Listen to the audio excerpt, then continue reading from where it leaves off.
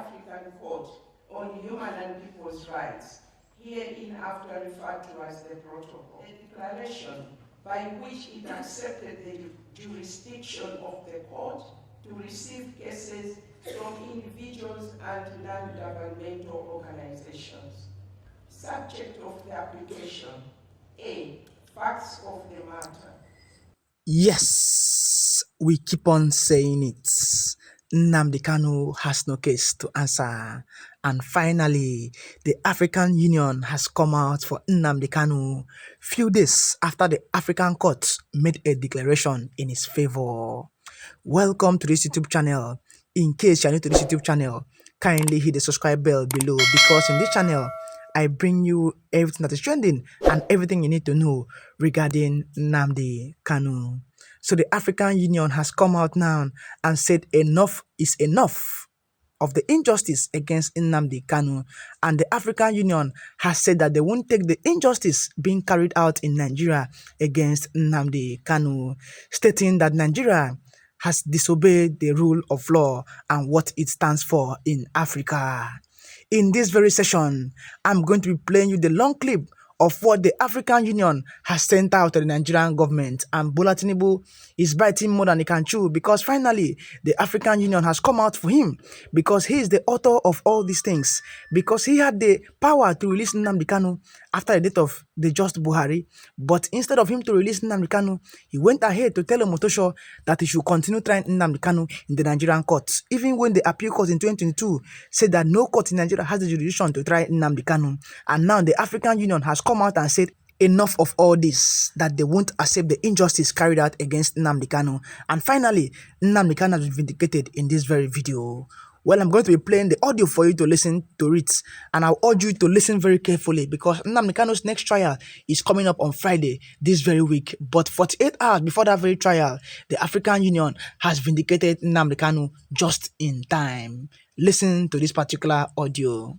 The African continent watched in silence as Nigeria held Nnamdi Kanu in indefinite detention, but that silence was broken the day South African President Cyril Ramaphosa stepped up and said, "Enough." A sharp, unfiltered message from Ramaphosa himself, demanding Nnamdi Kanu's immediate release, citing court rulings from both Kenya and Nigeria. The continued detention of Mr. Nnamdi Kanu violates the spirit of Pan-African justice. South Africa cannot stand idly while another African court ruling is trampled on by political interest. Kenya's High Court had already ruled Kanu was kidnapped, conditioned, detained illegally, but Abuja ignored it. Now, South Africa stepping in, not just as a nation, but as Africa's second largest democracy. What future do we build if African rulings are ignored by African governments? Today it is Nnamdi Kanu, tomorrow it could be any one of us. Of course. Nigeria must act, not for him, but for Africa. We can't afford a diplomatic war with Pretoria. But releasing Kanu will unleash political chaos at home. The choice was clear. But neither option was safe. South Africa's stance ignited global outrage. Diaspora groups rallied behind Ramaphosa, demanding Tinubu answer the call of justice. Kanu is not the crime, abduction is. Obey the law. Rumors spread of a quiet deal, one that could involve conditional release, strategic silence, or even a trade in diplomatic favor. Options are on the table: release Kanu and lose the political upper hand, or face full-blown continental isolation. As the sun will answer the call of justice. Kanu is not the crime, abduction is. Obey the law. Rumors spread of a quiet deal, one that could involve conditional release, strategic silence, or even a trade in diplomatic favors. But at what cost? As tensions rise, Tinubu convenes a late-night meeting. Options are on the table: release Kanu and lose the political upper hand, or face full-blown continental isolation. As the sun rose over Nigeria, President Bola Tinubu was already seated with his most trusted advisors. Ramaphosa's letter was no longer just paper, it was pressure. The first response wasn't diplomatic, it was legal. The Nigerian government, through its Justice Department, began crafting a position. Kanu's case is a domestic matter. Studio microphone narrator. Tinubu wasn't going to respond alone. Sources say calls were made across West Africa to leaders seen as neutral, asking for their patience or support. Within hours, the Nigerian media narrative shifted.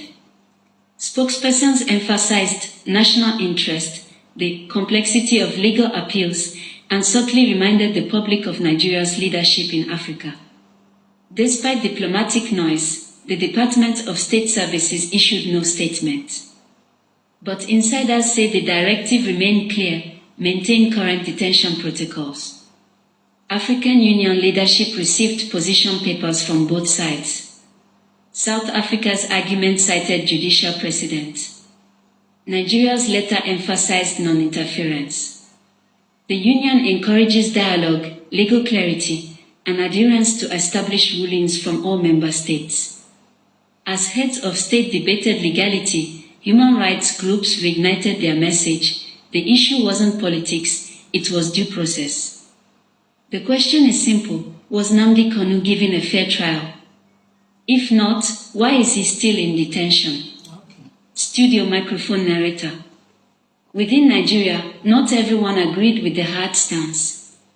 Some lawmakers feared that international criticism could damage Nigeria's credibility at the next AU summit. We cannot be seen as ignoring rulings, especially when we expect others to respect ours. Days after the letter, Ramaphosa reportedly called President Tinubu directly. According to diplomatic aides, the tone was professional but firm. We respect South Africa's concern. But Nigeria answers to its own courts, not its neighbors. In just 2 weeks, African leaders will meet face to face.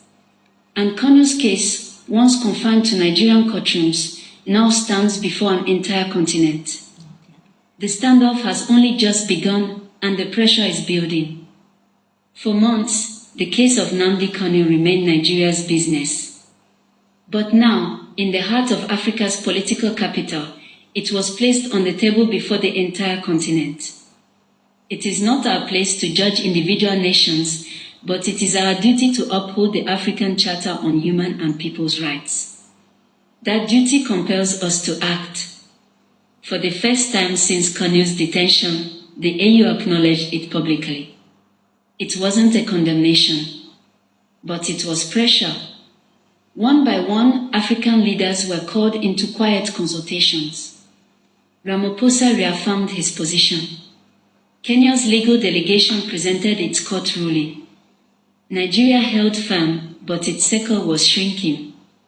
The High Court in Nairobi ruled this rendition violated our law. If we expect global respect, Africa must begin by respecting its own rulings. Yes. EW had seen the documents laid out in such detail. Some delegates were reportedly stunned. We respect the rule of law, but we must also respect sovereign processes. Nnamdi Kanu faces legal proceedings at home in accordance with Nigerian law. It was calm. It was firm. But to some, it sounded defensive. Perhaps it is time for an AU-appointed human rights observer to visit Mr. Kanu and report independently. The suggestion changed the tone of the room. Now it wasn't just about law, it was about access, accountability, and optics. Behind the firm stance was a growing realization: Nigeria's approach would need to evolve, or it would be defined for them. We do not seek to undermine Nigeria. But if rulings are ignored, we all risk instability. Let us find a path that respects justice and face no winners or losers. His tone had shifted. It wasn't confrontation now, it was leadership. The African Union proposed a resolution, an advisory review panel to evaluate the detention and recommendations for all sides. It wasn't binding, but it was historic. Where rulings have been issued, member states are encouraged to engage in good faith legal review and provide access to neutral monitors to assess compliance. The spotlight was now fixed. not just on a government, but on its choices, its image, and its commitment to the principles it helped write. Africa was no longer silent. But would Nigeria listen or dig deeper into isolation? As pressure mounted from the African Union, Nigeria's national security architecture began preparing for a scenario they once deemed impossible: Nnamdi Kanu walks free. At the core of the dilemma was a question: if the courts had spoken, both in Kenya and Nigeria, what legal framework justified continued detention? We need a position that acknowledges international concerns, but reaffirms sovereignty. We may propose a conditional review. Tinubu's advisors mapped out how different political blocs might respond. Would releasing Kanu spark support or criticism? Could it strengthen the opposition? If we time it near the next appeal ruling, we control the narrative. But if it looks like we bow to outside pressure, we lose public trust. In times of uncertainty, the Nigerian government often turns to the moral compass of the people, faith leaders, monarchs, and community elders. Peace must be preserved, but justice must not be politicized. Using internal polling and simulation models, government consultants played out how Nigerians would respond from celebration to confusion. Over 60% say if Kanu is freed after this long, they'll believe something was being hidden. We must manage perception. Though quiet publicly, the Nigerian armed forces also weighed in. The priority wasn't legal, it was national stability. After the AU's public remarks, other international observers took note. Diplomats began asking quiet but serious questions. Has the detention passed due process, or has it become indefinite without new charges? What's the timeline? In the final analysis, 3 options remained on the table. Maintain detention, delay further, citing national security. Conditional release, offer monitored freedom under court supervision. Full release, legal explanation, tied to Nigerian court judgment and call for reconciliation. This should not have taken international intervention. If a court ruled, the government should have followed. It's time to rebuild public trust. Opposition voices grew louder, not just on Kanu, but on the larger idea of constitutional consistency. As options narrowed, a new whisper emerged: a potential compromise, a conditional release reviewed by Nigerian courts under AU supervision. No victor, no defeat, just a way out. We are open to dialogue, but Nigeria will never be dictated to. Far from the courtrooms of Nigeria or the corridors of the African Union, one voice has continued to stir tension from abroad: Simon Ekpa. Activist, commentator, and to many, a polarizing figure. Nnamdi Kanu is not the issue. The real problem is Nigeria refusing to recognize what the people have demanded. While diplomatic negotiations intensified, Ekpo led a growing digital campaign that positioned itself apart from the legal battle and even from Kanu's direct directives. Simon Ekpa's messaging appeals to anger, not strategy. And in doing so, he creates a new challenge, one that no government, or even Kanu himself, may fully control. Observers note that Ekpa's movement, often more hardline in tone, doesn't always align with Kanu's legal counsel or even the family's public statements. We urge restraint and unity. The legal process must be respected. No external actors speak for our client. Back in Abuja, Ekpo's digital broadcasts were closely monitored. Officials feared they could confuse the public and be misinterpreted as directives from Kanu himself. The problem is misattribution. People think Kanu is still directing actions. That muddies negotiations. Even in the diaspora, the movement had fractured. Some backed Kanu's legal path. Others viewed Ekpo's calls for action as the true representation of the struggle. We want peace, but peace must come with truth. If Kanu is silenced, who will speak? Finnish authorities, praised by Nigerian diplomatic channels, issued careful statements. They reminded the world that freedom of expression is protected, but it doesn't shield incitement. We continue to monitor reports of activity linked to Mr. Ekpa.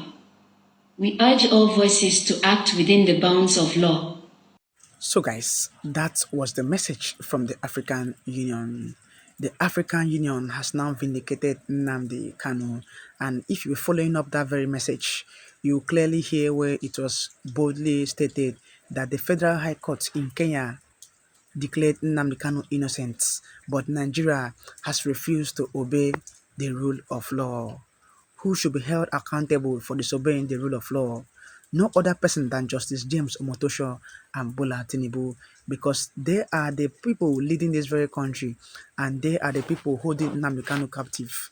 And despite the UN working group's call that Nnamdi Kanu should be released, and despite the Federal High Court in Kenya calling for Nnamdi Kanu's release, Nigeria has failed to abide to that. In 2022, if you haven't forgotten, the appeal court vindicated Nnamdi Kanu, saying that no court in Nigeria has the jurisdiction to try Nnamdi Kanu. Still yet, Nnamdi Kanu is still being illegally tried in the Nigerian courts. What should be done? Now, the African Union has said that they will come in and they won't hesitate to come in to rescue Nnamdi Kanu because Nigeria has failed to obey the rule of law. And I must commend the lawyers of Nnamdi Kanu who have been working fearlessly and tirelessly to make sure that Nnamdi Kanu gets justice. And now, the African Union has taken over this very case. At this point in time, I'll allow you guys to know what to feel about this in the comment section below. Do well to like this video, share this video, and hit the subscribe button below for more trending updates.